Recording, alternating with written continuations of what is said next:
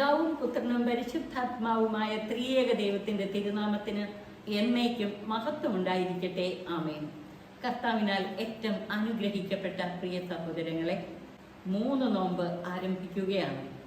3 നോമ്പിന്റെ 1-ാം ദിവസം നമ്മുടെ വിചിന്തനത്തിനും ധ്യാനത്തിനുമായി നൽകപ്പെട്ടിട്ടുള്ള വചനഭാഗങ്ങൾ വിശുദ്ധ മത്തായി എഴുതിയ സുവിശേഷം 12-ാം അധ്യായം 38 മുതൽ 42 വരെയുള്ള വാക്യങ്ങൾ, ഫിലിപ്പിയർക്ക് എഴുതിയ ലേഖനം 2-ാം അധ്യായം 1 മുതൽ 11 വരെയുള്ള വാക്യങ്ങൾ, യോന പ്രവാചകന്റെ പുസ്തകം 1-ാം അധ്യായം. നിയമജ്ഞരിലും ഫരിസേയരിലും പെട്ട ചിലർ യേശുവിന്റെ പക്കലേക്ക് വന്ന് ഒരടയാളം ചോദിക്കുന്നതാണ് ഇന്നത്തെ സുവിശേഷ ഭാഗം. 38-ാം വാക്യത്തിൽ ഫരിസേയരും നിയമജ്ഞരും അവനോട് പറഞ്ഞു, ഗുരു, നിന്നിൽ നിന്ന് ഒരടയാളം കാണാൻ ഞങ്ങൾ ആഗ്രഹിക്കുന്നു. യേശു മറുപടി പറഞ്ഞു, ദുഷിച്ചതും അവിശ്വസ്തവുമായ തലമുറ അടയാളം അന്വേഷിക്കുന്നു. യോന പ്രവാചകന്റെ അടയാളമല്ലാതെ മറ്റൊരു അടയാളവും അതിന് നൽകപ്പെടുകയില്ല. യോന 3 രാവും 3 പകലും തിമിംഗലത്തിന്റെ ഉദരത്തിൽ കിടന്നതുപോലെ മനുഷ്യപുത്രനും 3 രാവും 3 പകലും ഭൂമിക്കുള്ളിലായിരിക്കും. യഥാർത്ഥത്തിൽ അടയാളം അന്വേഷിക്കുന്നത് അവിശ്വാസികളാണ്. യേശു തുടർന്ന് പറയുന്നു, 41 മുതലുള്ള വാക്യങ്ങൾ, നിനവേ നിവാസികൾ വിധി ദിവസം ഈ തലമുറയോടൊത്തെഴുന്നേറ്റ് ഇതിനെ കുറ്റം വിധിക്കും. ഇസ്രായേൽ ജനത്തെ, യഹൂദ വംശത്തെ കുറ്റപ്പെടുത്തും. എന്തുകൊണ്ടാ? യോനായുടെ പ്രസംഗം കേട്ട് ജനം അനുതപിച്ചു, നിനവേക്കാർ. എന്നാൽ ഇവിടെ യോനായേക്കാൾ വലിയവൻ, സർവപ്രപഞ്ചത്തിന്റെയും സൃഷ്ടാവായ ദൈവം, ദൈവപുത്രൻ, അവന്റെ പ്രസംഗം കേട്ടിട്ട് ജനം അത് സ്വീകരിക്കാനോ അനുതപിച്ച് വിശ്വാസത്തിലേക്ക് കടന്നു വരാനോ തയ്യാറാകുന്നില്ല. അതുകൊണ്ടാണ് യേശു ഇപ്രകാരം പറഞ്ഞത്, നിനവേ നിവാസികൾ വിധി ദിവസം ഈ തലമുറയോടൊത്തെഴുന്നേറ്റ് ഇതിനെ കുറ്റം വിധിക്കും. ദക്ഷിണ ദേശത്തെ രാജ്ഞി വിധി ദിവസം ഈ തലമുറയോടൊത്ത് ഉയർപ്പിക്കപ്പെടുകയും ഇതിനെ കുറ്റം വിധിക്കുകയും ചെയ്യും. എന്തെന്നാൽ സോളമന്റെ വിജ്ഞാനം ശ്രവിക്കാൻ അവർ ഭൂമിയുടെ അതിർത്തികളിൽ നിന്ന് വന്ന്, എന്നാൽ ഇവിടെ ഇതാ സോളമനേക്കാൾ വലിയവൻ, സോളമനെ കേൾക്കാൻ വിദൂര ദിക്കുകളിൽ നിന്ന് ശേബാരാജ്ഞി എത്തി. പക്ഷെ ഇവിടെയോ അവരുടെ അടുത്ത് തന്നെ ഉണ്ടായിട്ട് യേശു അവരോടൊത്തുണ്ടായിട്ടും ഈ ജ്ഞാനം സ്വീകരിക്കാൻ അവർ തയ്യാറായില്ല. ഫിലിപ്പിയർക്ക് എഴുതിയ ലേഖനം 2-ാം അധ്യായം 1 മുതൽ 11 വരെയുള്ള വാക്യങ്ങളിൽ പറയുന്ന പ്രധാനപ്പെട്ട 2-3 ചിന്തകൾ നമുക്ക് ഹൃദയത്തിൽ സംഗ്രഹിക്കാം. നിങ്ങൾ പരസ്പര ഐക്യത്തിൽ വർത്തിക്കണം. ഓരോരുത്തരും സ്വന്തം താല്പര്യം മാത്രം നോക്കാതെ വിനീതരായി മറ്റുള്ളവരുടെ താല്പര്യം പരിഗണിക്കണം. യേശു ക്രിസ്തുവിനുണ്ടായിരുന്ന മനോഭാവമാണ് നിങ്ങൾക്ക് വേണ്ടത്. അവൻ തന്നെ ശൂന്യനാക്കിക്കൊണ്ട് ദാസന്റെ രൂപം സ്വീകരിച്ച് മനുഷ്യരുടെ സാദൃശ്യത്തിലായി തീർന്നു. കുരിശു മരണം വരെ അനുസരണമുള്ളവനായി തന്നെ താഴ്ത്തി. ആകയാൽ ദൈവം അവനെ അത്യധികം ഉയർത്തി എല്ലാ നാമങ്ങൾക്കും ഉപരിയായ നാമം നൽകുകയും ചെയ്തു. 10-11 വാക്യങ്ങളിൽ പറയുകയാണ്, യേശുവിന്റെ നാമത്തിനു മുമ്പിൽ സ്വർഗത്തിലും ഭൂമിയിലും പാതാളത്തിലുമുള്ള സകലരും മുട്ടുകൾ മടക്കുന്നതിനും യേശു ക്രിസ്തു കർത്താവാണെന്ന് പിതാവായ ദൈവത്തിന്റെ മഹത്വത്തിനായി എല്ലാ നാവുകളും ഏറ്റുപറയുന്നതിനു വേണ്ടിയാണ്. യഹൂദർ മാത്രമല്ല, സകലരും യേശുവിൽ വിശ്വസിക്കണം. അവനിലുള്ള വിശ്വാസം ഏറ്റുപറയുകയും വേണം. അങ്ങനെ യേശു നാമത്തിൽ സകലരും രക്ഷ പ്രാപിക്കണം. ഈ പശ്ചാത്തലത്തിൽ നമുക്ക് യോന പ്രവാചകന്റെ പുസ്തകം 1-ാം അധ്യായം കൂടെ ശ്രവിക്കാം.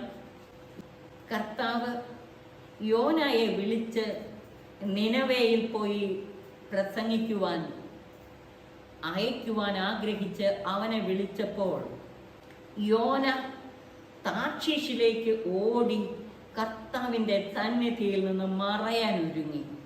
അവൻ ജോപ്പായിലേക്ക് എത്തി. അവിടെ നിന്ന് താർഷീഷിലേക്ക് പോകുന്ന ഒരു കപ്പൽ കണ്ട് അതിൽ കയറി. പക്ഷെ കർത്താവ് കടലിലേക്ക് ഒരു കൊടുങ്കാറ്റയച്ചു. കടൽക്ഷോഭത്തിൽ കപ്പൽ തകരുമെന്നായി. കപ്പൽ യാത്രക്കാർ പരിഭ്രാന്തരായി. ഓരോരുത്തരും താങ്കളുടെ ദേവന്മാരെ വിളിച്ചപേക്ഷിക്കാൻ തുടങ്ങി. പക്ഷെ ഈ സമയം യോന കപ്പലിന്റെ ഉള്ളറയിൽ കിടന്ന് ഉറങ്ങുകയാണ്. അപ്പോൾ കപ്പിത്താൻ അടുത്തു വന്ന് അവനോട് ചോദിച്ചു, നീ ഉറങ്ങുന്നോ? എന്താണ് ഇതിന്റെ അർത്ഥം? എഴുന്നേറ്റ് നിന്റെ ദൈവത്തെ വിളിച്ചപേക്ഷിക്കുക. നമ്മൾ നശിക്കാതിരിക്കാൻ ഒരു പക്ഷേ അവിടുന്ന് നമ്മെ ഓർത്തേക്കും.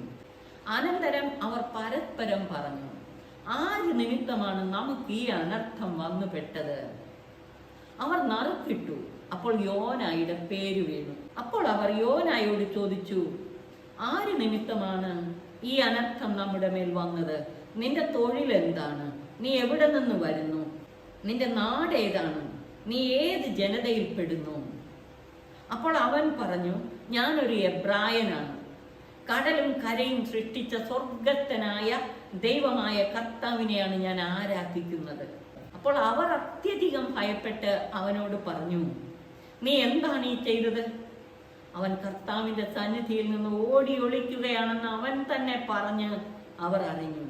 അവർ അവനോട് പറഞ്ഞു, കടൽ ശാന്തമാകേണ്ടതിന് ഞങ്ങൾ നിന്നെ എന്ത് ചെയ്യണം? യോന പറഞ്ഞു, എന്നെ എടുത്ത് കടലിലേക്ക് എറിയുക, അപ്പോൾ കടൽ ശാന്തമാകും.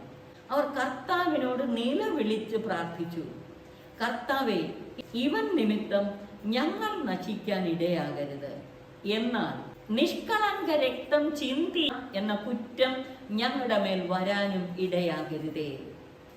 ഒരേ സമയം അവർക്ക് അവരുടെ ജീവൻ രക്ഷിക്കണം, എന്നാൽ അതേ സമയം നിഷ്കളങ്ക രക്തം ചിന്താൻ ഇടയാകരുത് എന്ന് പ്രാർത്ഥിച്ചിട്ട് അവർ യോനായെ എടുത്ത് കടലിലേക്ക് എറിഞ്ഞു.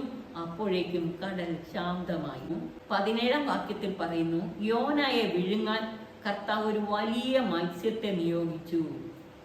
യോന 3 രാവും 3 പകലും ആ മത്സ്യത്തിന്റെ ഉദരത്തിൽ കഴിഞ്ഞു. ഇവിടെ ഒരു കാര്യം നാം ചിന്തിക്കേണ്ടത്, എന്തുകൊണ്ടാണ് യോന നിനവയിലേക്ക് പോകാൻ മടിച്ചത്? 2 കാരണങ്ങളാണ്. ഒന്ന്, യഹൂദരുടെ സങ്കുചിത മനോഭാവം. അതെന്താണ്? അവർക്ക് മാത്രമേ രക്ഷയുള്ളൂ, വേറെ ആരും രക്ഷപ്പെടാൻ പാടില്ല. അതിലുപരി ഇസ്രായേലിന്റെ ബദ്ധ ശത്രുവായ അസീറിയയുടെ തലസ്ഥാനമാണ് നിനവേ. അപ്പൊ തീർച്ചയായിട്ടും തങ്ങളുടെ ശത്രുക്കൾ രക്ഷ പ്രാപിക്കണമെന്ന് അവർക്ക് ആഗ്രഹിക്കാൻ പറ്റില്ല. അതുകൊണ്ടാണ് യോന നിനവയിലേക്ക് പോകാൻ മടിച്ചത്. ഇവിടെ ഒരു കാര്യം ഓർക്കണം, യോന എന്നതൊരു സിംബലാണ്, ഒരു വ്യക്തിയാണെന്ന് വിചാരിക്കരുത്. ഇതൊരു പ്രതീകമാണ്, ഇതൊരു ഹിസ്റ്റോറിക്കൽ ഡോക്യുമെന്റ് എന്ന് വിചാരിക്കരുത്. മറിച്ച് വലിയൊരു ദൈവശാസ്ത്രപരമായ ചിന്ത, വിശ്വാസപരമായ ഒരു സന്ദേശം നമുക്ക് നൽകുകയാണ്. യോന പ്രവാചകന്റെ പുസ്തകം നമുക്ക് ഈ 1-ാം അധ്യായം നൽകുന്ന സന്ദേശം, ദൈവിക പദ്ധതിയിൽ നിന്ന്, ദൈവത്തിന്റെ കൺമുമ്പിൽ നിന്ന് ആർക്കും ഒളിച്ചോടാൻ പറ്റത്തില്ല. ദൈവത്തിന്റെ കൺമുമ്പിൽ നിന്ന് ആർക്കും മറഞ്ഞിരിക്കാൻ പറ്റത്തില്ല.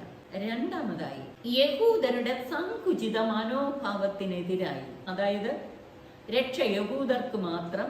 മൂന്നാമതായിട്ട്, ശത്രു രാജ്യത്തിന്റെ തലസ്ഥാന നഗരിയിൽപ്പെട്ടവരുടെ മാനസാന്തരത്തിന് അവരുടെ ഇടയിൽ പോയി പ്രസംഗിക്കാൻ, അതും യോനായ്ക്ക് അംഗീകരിക്കാൻ പറ്റുന്നില്ല. പക്ഷെ നമ്മുടെ കർത്താവ് നമ്മെ ആഹ്വാനം ചെയ്യുന്നതോ ശത്രുവിനെ സ്നേഹിക്കാനും, നിന്റെ ശത്രുവിന് വിശക്കുന്നെങ്കിൽ അവന് ഭക്ഷിക്കാൻ കൊടുക്കുക, തിന്മയെ നന്മ കൊണ്ട് ജയിക്കുക, അനുതപിച്ച് യേശുവിലേക്ക് തിരിഞ്ഞ് വചനമനുസരിച്ച് ജീവിക്കണം എന്നാണ്. ഒരു സമൂല പരിവർത്തനം വരണം. അതാണ് സുവിശേഷ ഭാഗം നമ്മെ ഓർമ്മിപ്പിക്കുന്നത്. അതുപോലെ കർത്താവ് ഓർമ്മിപ്പിക്കുന്നു, വിശ്വാസത്തിൽ ഉറച്ചു നിൽക്കാൻ. ഒരിക്കലും അടയാളങ്ങൾ കണ്ടുള്ള വിശ്വാസമല്ല വേണ്ടത്. ഫിലിപ്പിയർക്ക് എഴുതിയ ലേഖനം യഹൂദരുടെ മനോഭാവങ്ങളിൽ നിന്നെല്ലാം വ്യത്യസ്തമായി കർത്താവായ യേശുവിന്റെ മുന്നിൽ സകലരും മുട്ടുകൾ മടക്കും, സകല നാവുകളും ഏറ്റുപറയും യേശു മാത്രം കർത്താവെന്ന്.